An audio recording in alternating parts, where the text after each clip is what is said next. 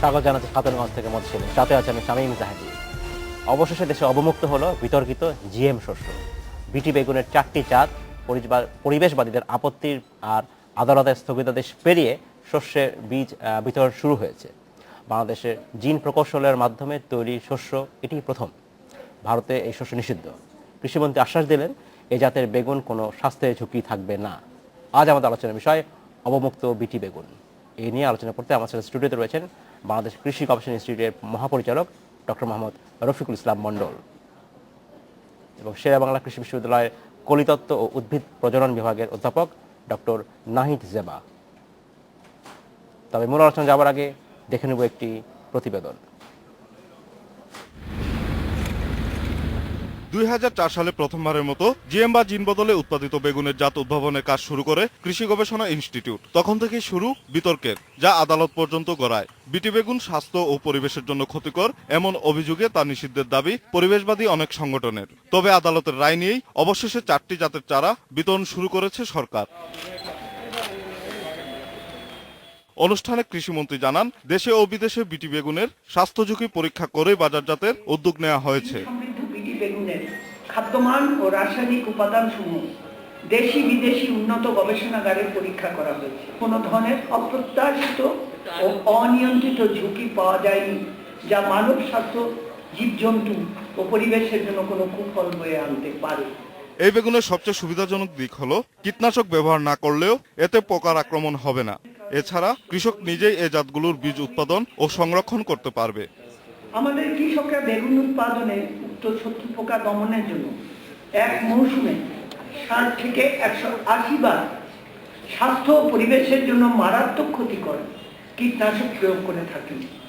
এতে কৃষকদের কাঙ্ক্ষিত উৎপাদন এর পরেও সম্ভব হয় না। অনুষ্ঠানে বক্তারা জানান, চারা লাগানোর 2 মাসের মধ্যেই ফসল পাওয়া যাবে। প্রতি হেক্টরে 30 থেকে 70 টন বিটি বেগুন উৎপাদন করা সম্ভব বলে জানান গবেষকরা। করতে আমরা সক্ষম হয়েছি। Niladri Maharatna, independent news, Dhaka. দেখলাম প্রতিবেদনটি আমরা। জনাব রফিকুল ইসলাম মণ্ডল এবং ডক্টর নাহিদ জেবা, আপনাদেরকে স্বাগত জানাচ্ছি এই অনুষ্ঠানে। জনাব মণ্ডল, প্রথম প্রশ্ন আপনার কাছে, যে আমরা যে নতুন জাতের জিএম এই বেগুন অবমুক্ত করা হলো, আমরা প্রতিবেদন দেখলাম যেখানে বলা হয়েছে বেশ কিছু সুবিধার দিক রয়েছে এখানে। আমার কাছে প্রথম প্রশ্ন আপনার কাছে আমার যেটা, সেটা হচ্ছে যে এটি কোনো নেতিবাচক দিক আছে? আমার মতে নাই। আচ্ছা। তবে বিভিন্ন সমালোচক বলি বা পরিবেশবাদী যারা এখানে বাংলাদেশে বিভিন্ন পত্রপত্রিকায় এসেছে অথবা কোর্ট পর্যন্ত যাওয়া হয়েছে, কিছু নেতিবাচকের কথা যেটা উল্লেখ করে, যে এটা খাইলে মানুষের কোনো ক্ষতি হবে কিনা বা ক্ষতি হচ্ছে কিনা, হওয়ার সম্ভাবনা তারা বলে। আর বলে যে এটা অন্য গাছকেও নষ্ট করে দিতে পারে, পলিনেশন হয়ে গেলে এটা। এইটা নিশ্চয়ই আপনার পরীক্ষা নিরীক্ষা করেই অবমুক্ত করেছেন, তাহলে কেন আপনি বলছেন হতে পারে বা মনে হয়? আমি বলতেছি এটা হলো তাদের কথাটা, আমি বললাম। আপনি আপনার মতামত বলুন। আমি বলতেছি, আমি একজন অ্যাগ্রোনমিস্ট, আমি এই ফিজিওলজিতে পড়াশোনা করছি, পরবর্তীতে ঢাকা ইউনিভার্সিটিতে পিএইচডি করছি। তা আমি জানি বেগুন হলো একটা সেলফ পলিনেটেড ক্রপ, অর্থাৎ স্বপরাগায়ন, নিজের ফুল দিয়ে নিজেই শনাক্ত হয়।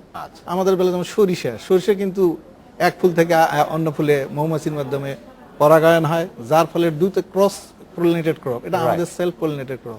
এটা অতি সহজে অন্য কোনো ফসলকে এক করতে পারবে না। আচ্ছা, কাজে আমরা এই টেস্টের মধ্যে আমাদের যে শর্ত ছিল, যখন আমরা গবেষণা করি, আমাদের বিজ্ঞানীরা একটা টিম ছিল, নট অনলি যে বায়োটেকনোলজি তারা করছেন, এটার সঙ্গে কিন্তু আমাদের জড়িত ছিল সয়েল সায়েন্টিস্ট, অ্যান্টোমোলজি, হর্টিকালচারিস্ট, অর্থাৎ বিভিন্ন ডিসিপ্লিনের বিজ্ঞানীরা এখানে জড়িত ছিল। সবাই তার স্বার্থ দেখছে। স্বার্থ বলতে আমি বলতে চাচ্ছি, যেমন একজন সয়েল সায়েন্টিস্ট যিনি আমাদের মৃত্তিকা বিজ্ঞান থেকে ছিল, উনি ছিল যে এই বেগুন লাগানোর পরে আমার সয়েল মাইক্রো অর্গানিজমের কোনো ভেরিয়েশন হবে কিনা, সেই জন্য উনি মাইক্রো অর্গানিজমগুলোকে টেস্ট করেছেন, সয়েলের টেস্ট। ঠিক একইভাবে যিনি অ্যান্টোমোলজিস্ট ছিলেন, যে এই বিটি বেগুন লাগানোর ফলে আমাদের অন্যান্য পোকার কি ঘটে সেটা টেস্ট করে দেখছে, যে ওখানে আসবে কিনা, বা এই পোকা আমরা অন্য ফসলকে ক্ষতিগ্রস্ত করবে এই গাছ, এই ধরনের যেটা অ্যান্টোমোলজিক্যাল দিক সেটাও দেখেছে। তাহলে আমরা বলতে পারি সরকার যখন এটা অবমুক্ত করে, এর আগে সকল ধরনের ঝুঁকি দেখেছে এবং তারা বলছে যে নাই ঝুঁকি, ধরে নিতে পারি। ধন্যবাদ জনাব মন্ডল। আমি আপনার ফিরে আসবো।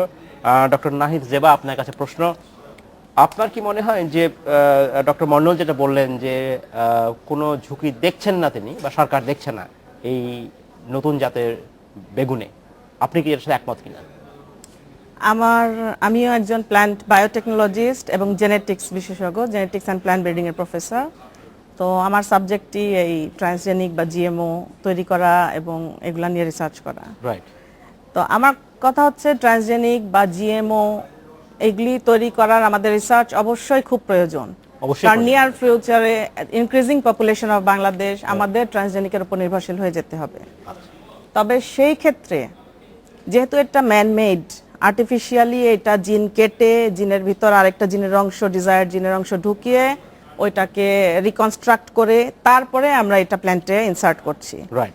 তো সেই ক্ষেত্রে এই যে সিকোয়েন্স চেঞ্জ হচ্ছে, সিকোয়েন্স চেঞ্জ হওয়ার ফলে যে জিনের সিকোয়েন্স চেঞ্জ হয়ে যাচ্ছে, ক্রোমোজোমাল সিকোয়েন্স চেঞ্জ হয়ে যাচ্ছে, এই চেঞ্জ হওয়ার ফলে এর থেকে যে প্রোটিন তৈরি হয় জিন এক্সপ্রেশনের মাধ্যমে, জিনকে এক্সপ্রেস হইতে হবে, নাহলে সে নির্দিষ্ট ফেনোটাইপ বা ট্রেট বৈশিষ্ট্য দিবে না, সাসেপ্টেবল হবে বা রেজিস্ট্যান্ট হবে।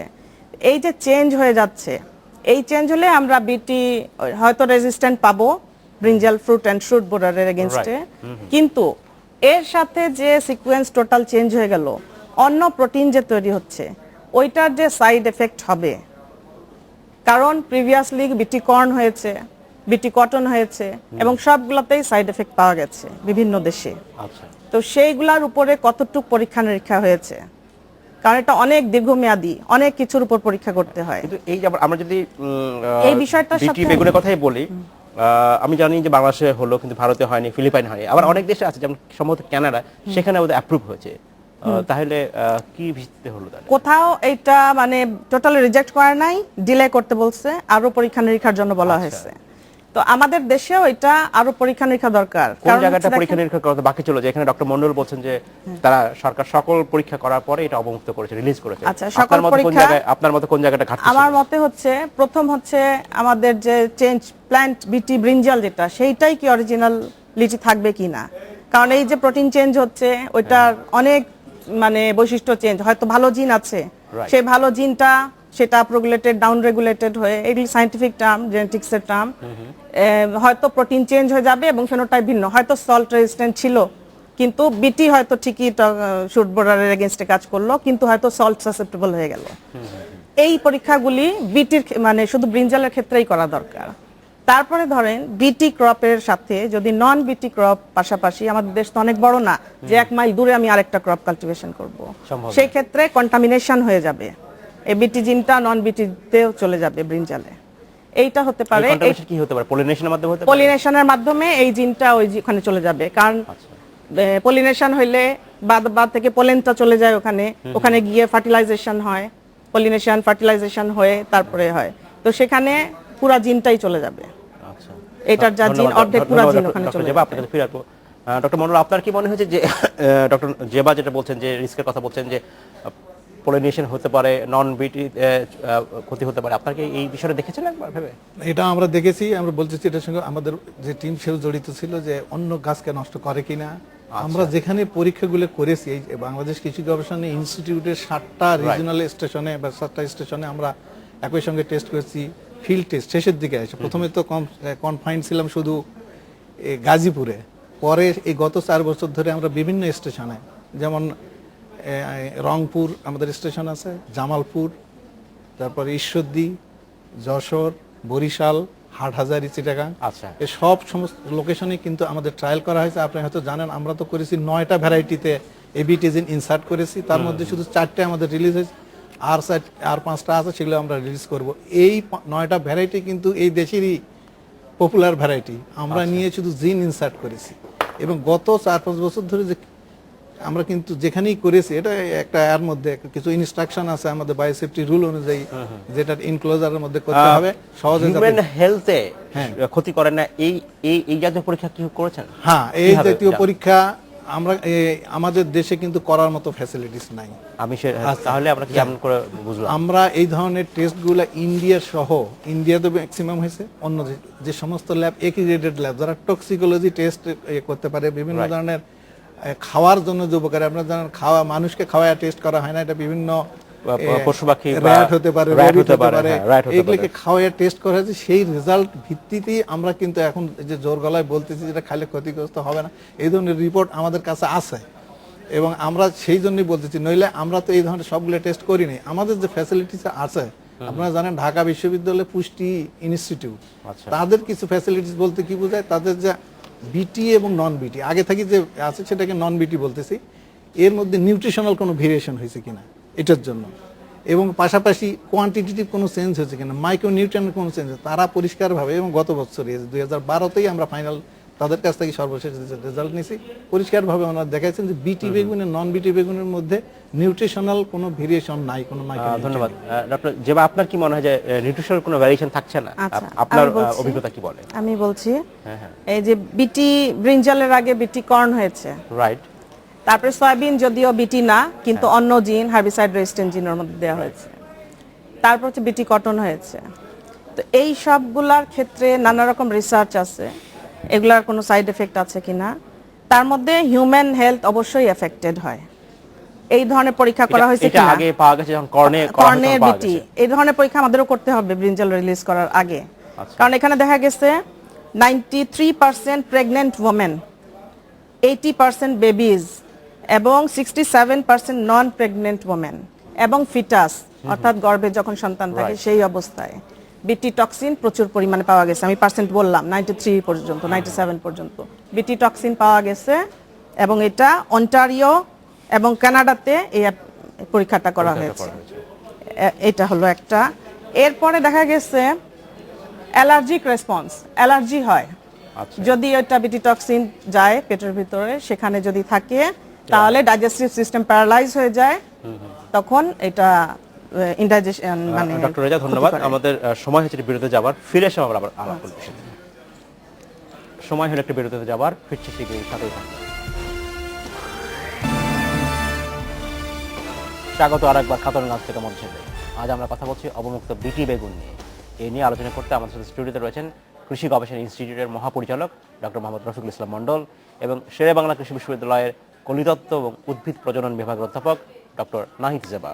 ডক্টর জেবা এবং ডক্টর মণ্ডল, আপনাদেরকে স্বাগত জানাচ্ছি অনুষ্ঠানে আরেকবার।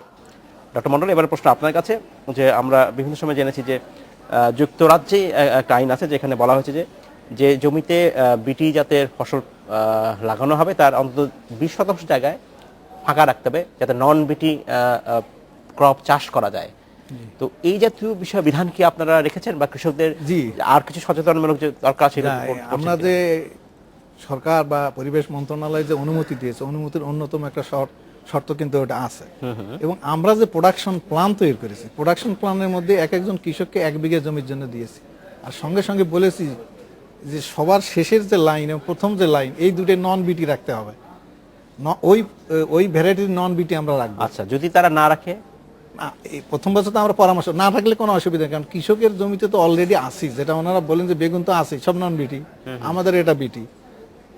প্রথম অবস্থায় যেহেতু আমরা করতেছি, আমরা ওই সাবধানত পোকা এসে যাতে না খেয়ে বিদায় না নেয়, পোকাও কিন্তু রেজিস্ট্যান্ট হয়ে যেতে পারে, যাতে ওই কি হয়তো বা ভবিষ্যতে হতেও পারে, সেই জন্য আমরা নন বিটি ভার্সন একটা, দুই পাশে দুটা লাইন থাকবে নন কিন্তু বিটি। এটা আসলে তো যেহেতু আমাদের দেশের জমি কম, কৃষকরা এতটা সচেতন হবে কিনা আমি জানি না, তারা ফাঁকা রেখে আরেকটা নন বিটি দিবে, তারা যদি না, আমরা দিয়ে ফেলে- আলটিমেটলি কিন্তু এটা রাখবো না, আমরা প্রাথমিক অবস্থায় এটা বলতেছি, এরপরে পোকা কি খাবে না খাবে তার অল্টারনেটিভ সেই করবে, পোকাই করবে। আপনি বলছেন যদি এই বিটিতেও এই কীটনাশক বা পোকাটা যদি রেজিস্ট্যান্ট হয়ে যায়, হ্যাঁ। তখন কি আবার এই জাতটাকে নতুন করে আবার চালু করতে হবে, নতুন তাই তো? ভাবে জিন ঢুকাইতে হতে পারে, তো আমরা আপাতত বলতেছি রেজিস্ট্যান্ট হবে না, কিন্তু সময় তো আসতেও পারে, হ্যাঁ, দেখা গেল তখন কি করবে? তখন আবার করতে হবে, জিন নতুন ভাবে ঢুকাইতে হবে, তখন কি আবার তখন কি এই খরচটা আবার সরকার করবে, না আর কি হয় সরকার কখন আর কি হবে? গবেষণা ইনস্টিটিউট যদি একবারে শেষ করে দেয়, এটা তো তাদের বায়োটেকনোলজি ডিভিশন, তারাই এই মনিটরিং করে এই মেসেজটা তাদের কাছে আসবে যে যে জিন ঢুকাইছেন, যে জিন আর অ্যাক্টিভ নাই, তখন আবার নতুন ভাবে ঢুকাতে হবে এই জিন নিয়ে এসে। আচ্ছা, যে মানে ধন্যবাদ।